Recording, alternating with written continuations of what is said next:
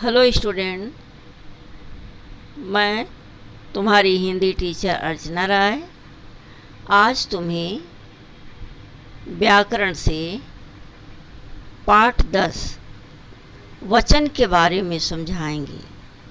तो सबसे पहले देखते हैं बेटा कि वचन किसे कहते हैं।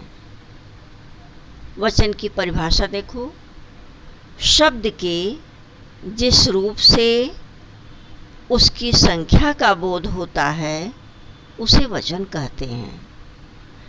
अर्थात जिस शब्द के द्वारा किसी संख्या के बारे में हमें जानकारी होती है, जिसकी क्वांटिटी पता चलती है, उसे वचन कहा जाता है। अब आगे देखते हैं बच्चों, वचन के कितने भेद हैं। वचन दो प्रकार के होते हैं, एक वचन, बहुवचन। अब इसके बारे में देखते हैं। जैसे एग्जाम्पल है, गायिका गाना गा रही है, तो गायिका गा रही है, गाना, तो गायिका शब्द एक वचन का बोध करा रहा है और क्रिया रूप है गा रही है, तो पता चल रहा है कि इससे एक संख्या का बोध है, कोई एक गा रहा है। मछली तैर रही है, तैर रही है कौन? मछली, तो एक मछली का हमें पता चल रहा है। आगे देखो बेटा, आगे चलते हैं। अब हम देखते हैं एक वचन कहते किसे हैं।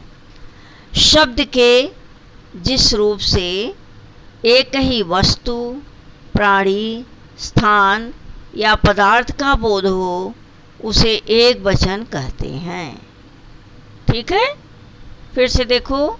शब्द के जिस रूप से एक ही वस्तु, प्राणी, स्थान या पदार्थ का बोध हो उसे एक वचन कहते हैं।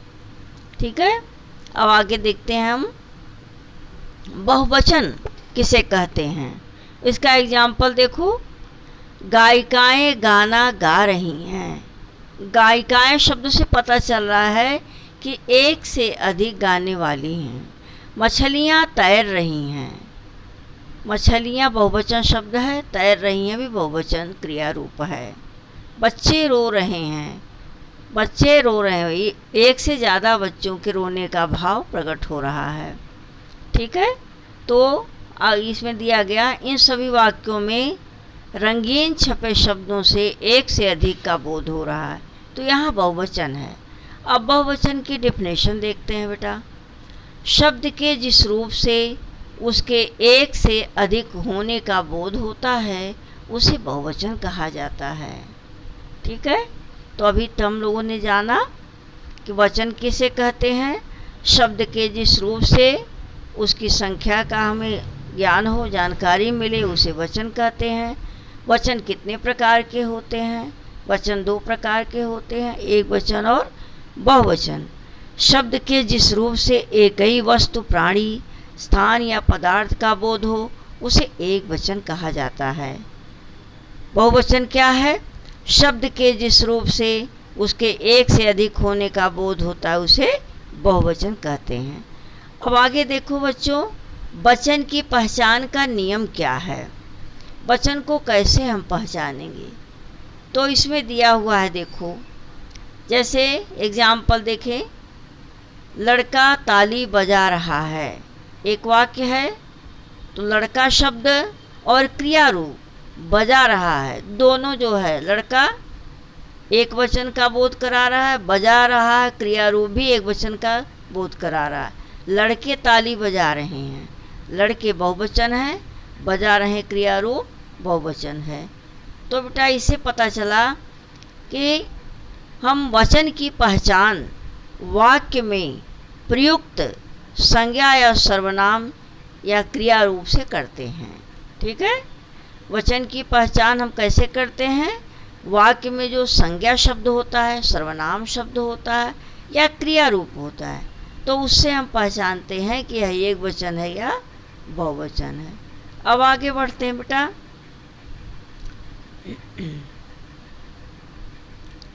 वचन परिवर्तन वचन कितने प्रकार से परिवर्तित होता है, वचन परिवर्तन होता क्या है। तो इसमें बताया गया कि संज्ञा शब्दों में संख्या के बदलाव से संज्ञा के रूप में जो परिवर्तन आया, उस परिवर्तन को वचन परिवर्तन कहा जाता है। ठीक है, संज्ञा शब्दों में संख्या के बदलाव से जो संज्ञा के रूप में परिवर्तन आता है उसे वचन परिवर्तन कहते हैं। अब आगे देखो, दिया हुआ है कि आ अंत वाले पुल्लिंग शब्दों में आ को ए करके बहुवचन बनाए जाते हैं।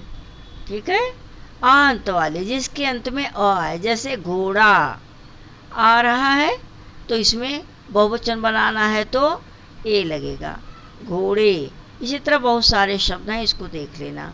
ख देखो, अ अंत वाले शब्द में जिस शब्द का अंत अ से हो, जैसे गाय अकारांत, अ अंत वाले शब्द में ए लगाकर बहुवचन बनाया जाता है। जैसे गाय है तो गायें, तस्वीर तस्वीरें। ठीक है, फिर है ग अकारांत स्त्रीलिंग शब्दों में आ के स्थान पर ए लगाकर बहुवचन बनता है। जैसे माता माताएं, अध्यापिका अध्यापिकाएं। फिर देखो बेटा, घ इकारांत स्त्रीलिंग संज्ञा शब्दों में ह्रस्व ई या दीर्घ ई के स्थान पर यहाँ लगाकर बहुवचन बनाते हैं। जैसे देखो टोपी, तो इसमें क्या है, दीर्घ ई है ना, टोपी क्या हो जाएगा, यहाँ टोपियाँ। और प पर जो दीर्घ स्वर की मात्रा है वह ह्रस्व स्वर की मात्रा हो जाएगी, ह्रस्व ई। ठीक है, सखी सखियाँ। पांचवा देखो अंगा, जिन स्त्रीलिंग शब्दों के अंत में या होता है बहुवचन में वह या में बदल जाता है। जैसे गुड़िया गुड़ियाँ। च ह्रस्व और दीर्घ उ और औ जिस शब्द के अंत में आते हैं, ऐसी स्त्रीलिंग संज्ञाओं के अंत में ये जोड़कर बहुवचन बनता है। जिन शब्दों का अंत ह्रस्व उ से होता है, दीर्घ उ से होता है और औ से होता है, उसके अंत में क्या लगता है बेटा, ए लगता है। जैसे धेनु, धेनु में क्या है, दीर्घ उ है तो हो जाएगा धेनुएं, बहु बहुएं।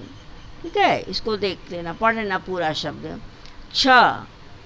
छ में दिया है किसी वर्ग, दल या समूह का बोध कराने के लिए एक वचन में गण, दल, वर्ग, जन, वृंद जैसे समूहवाची शब्दांश जोड़कर उन्हें बहुवचन में बदला जाता है। जैसे देखो बेटा, लिखा है अध्यापक, इसमें गण जुड़ेगा, अध्यापक गण, टिड्डी टिड्डी दल, शिक्षक शिक्षक वर्ग। तो इस तरह से इसका बहुवचन बनता है। आगे दिया है कुछ शब्दों के रूप बहुवचन में नहीं बदलते। जैसे देख रहे हो, घर, दादा, चोर, चाचा, सारे शब्द हैं।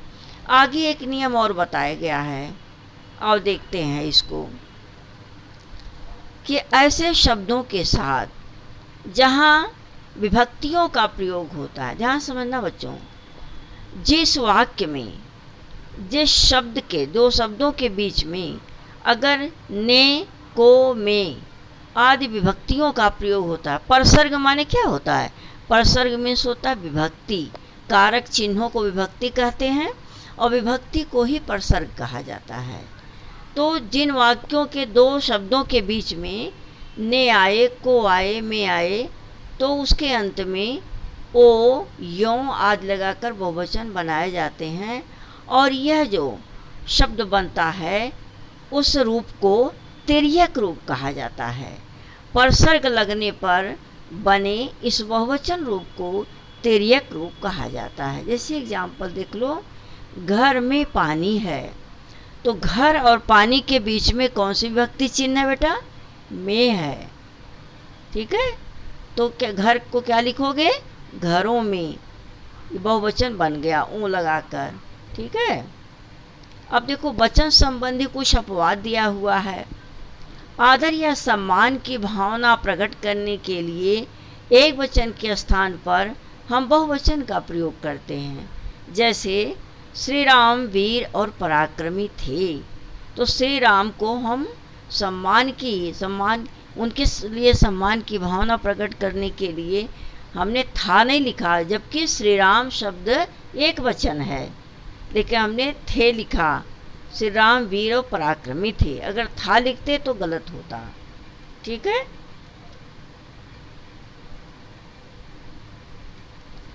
मेरे दादाजी आए हैं, दादाजी आए हैं मेरे। अब दादाजी तो एक हैं, एक वचन का बोध करा रहे हैं, लेकिन आए हैं हमारे सम्मान की भावना को व्यक्त कर रहा है। आगे दिया हो बेटा, अपना अधिकार, अभिमान या बड़प्पन जताने के लिए मैं के स्थान पर कभी कभी लोग हम का प्रयोग करते हैं। फॉर एग्जाम्पल, अकबर ने कहा अब हमारे आराम करने का समय है। नानी ने कहा हम स्वयं आकर बात करेंगे। ठीक है। ग देखो, हस्ताक्षर, बाल, होश, प्राण, समाचार आदि इन शब्दों का प्रयोग बहुधा बहुवचन के रूप में ही होता है।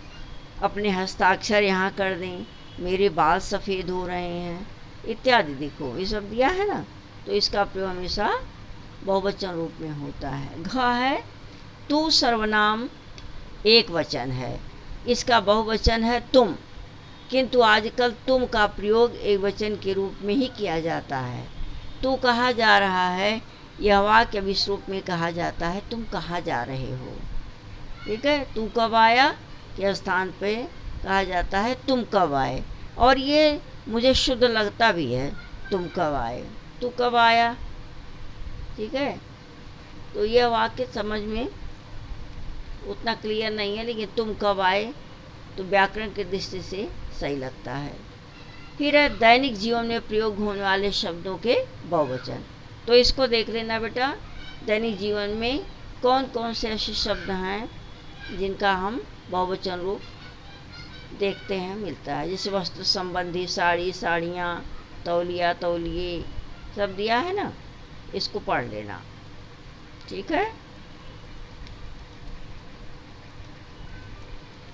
उसके बाद है बेटा, निम्नलिखित वाक्यों को ध्यान से पढ़िए। अब देखो हमने वचन ही पढ़ा, यहाँ कुछ 3 वाक्य है।